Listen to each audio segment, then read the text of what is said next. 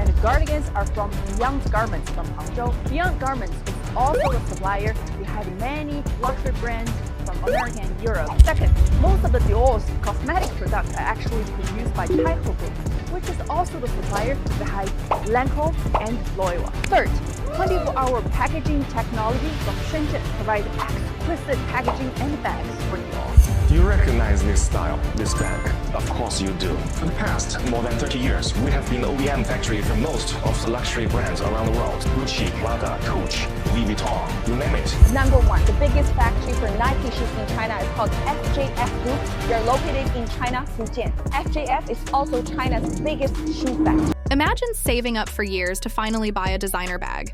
A real Louis Vuitton, Gucci, or Prada piece. You stroll into the store, heart racing, palms sweaty, ready to shell out thousands of dollars for what you believe is true craftsmanship. Now imagine discovering that your dream bag might be nothing more than a cleverly repackaged product made halfway around the world for next to nothing.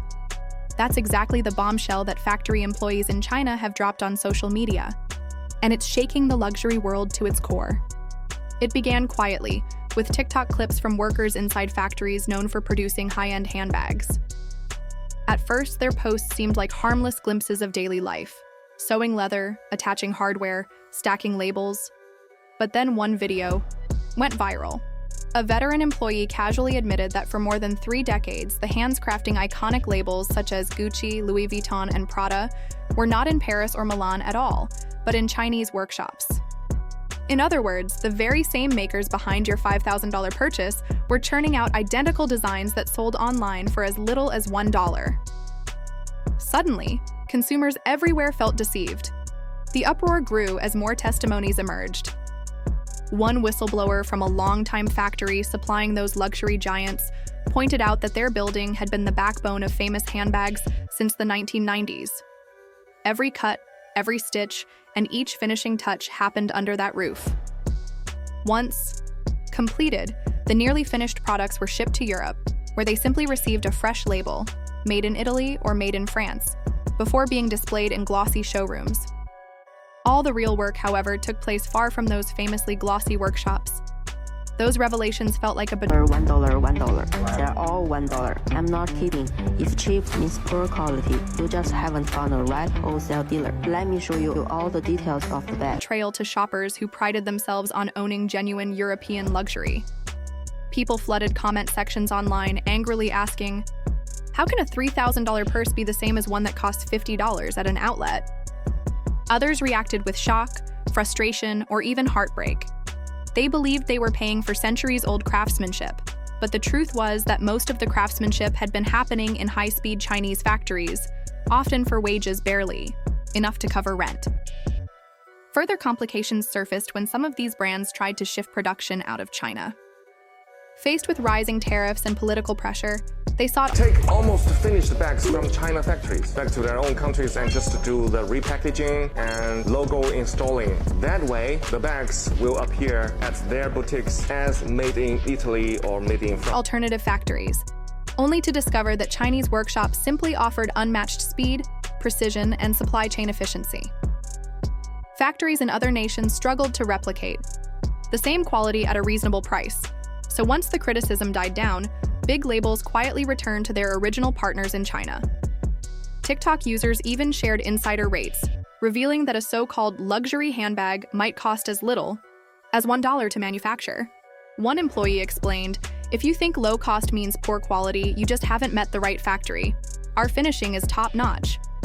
Videos compared high-end bags with outlet versions side by side, showing identical zippers, leather grain, and stitching. Viewers struggled to tell the difference. This scandal isn't new, though. Do you think luxury brands are not trying to move their OEM out of China? Yes, they did, but they failed. Because the OEM factories out of China, they don't have good quality control, and they don't have as good Fashion houses like Dior, Armani, and Louis Vuitton faced similar accusations in Italy back in 2024, with local investigators uncovering sketchy subcontractors operating sweatshop-like conditions. But this latest wave of revelations struck deeper. For years, brands painted a picture of meticulous handcrafting in European ateliers, backing that up with polished marketing campaigns starring celebrities and influencers. Now it turns out much of the artisan narrative was little more than a well-crafted fantasy. One of the most disturbing aspects is how these factories often lack proper safety measures. While some factories shared staged photo shoots, workers, smiling next to sewing machines, pretending to inspect making our wages. The profit margin for the people who are actually making the bags are very low. What I'm really proud of is that first, we have the best quality control. Two, we have the best craftsmanship. fine-grain leather. Others painted a far darker reality. Insiders described buildings with blocked exits, malfunctioning equipment, and cramped workstations. It echoed memories of the 2013 factory disaster in Bangladesh, where over 1,000 people died because companies prioritized output over human lives.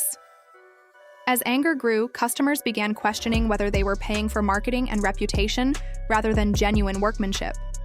Many wondered if their hundreds or thousands of dollars were essentially funding an empty promise, a label, slapped onto the work of poorly paid laborers who remained anonymous. Scrolling through Instagram Reels and TikToks, users joked about ordering a real Hermes bag from China for $5, since it would be nearly indistinguishable from the ones sold in posh boutiques. Meanwhile, some Chinese manufacturers seized the moment, advertising directly to consumers and offering authentic luxury designs at steep discounts. Others set up pop-up stalls in major cities, displaying handbags that looked so convincing even seasoned shoppers hesitated to call them knockoffs. This only deepened the confusion. If a $250 bag coming from the same workshop looks and feels identical to a designer version, what justifies this? From Singapore, or Beijing rugs for their landscape and fronts. Tannery hats. Italian tannery, 5. Sky-high price tag. As public fury reached a peak, executives at these luxury brands remained eerily silent. No official statements, no apologies, not even a faint attempt at damage control. It felt as if they were waiting for the storm to pass. But silence only fueled speculation. Fashion critics and investigative journalists dug up old interviews and supply chain records. They traced shipments, snapped factory floors hidden behind security gates, and interviewed dozens of former employees, often under strict anonymity because speaking out could jeopardize their safety. One former worker admitted, "All these executives toured our factory once a year to take photos, then left. They never checked if the building met basic safety codes." Another whistleblower joked, "They asked us to act busy when they visited, like actors on a film set." With more people sharing their stories online, hashtags like luxury exposed and made in China trended for days. Consumers demanded accountability, promised to boycott labels, and urged friends to inspect tags more carefully. Despite mounting evidence, not everyone is convinced this is a complete collapse of trust.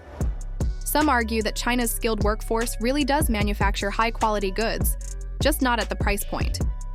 They say that the final steps of design, quality checks, and packaging in Europe still add value.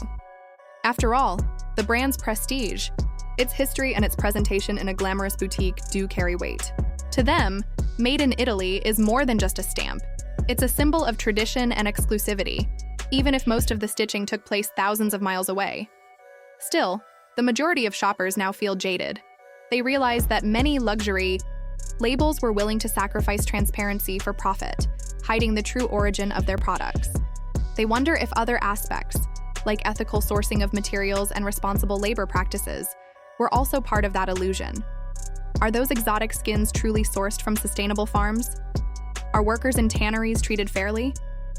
If brands could keep their factories' locations secret for decades, what else might they be hiding? In the end, this crisis of faith goes beyond handbags. It forces consumers to rethink the entire idea of luxury.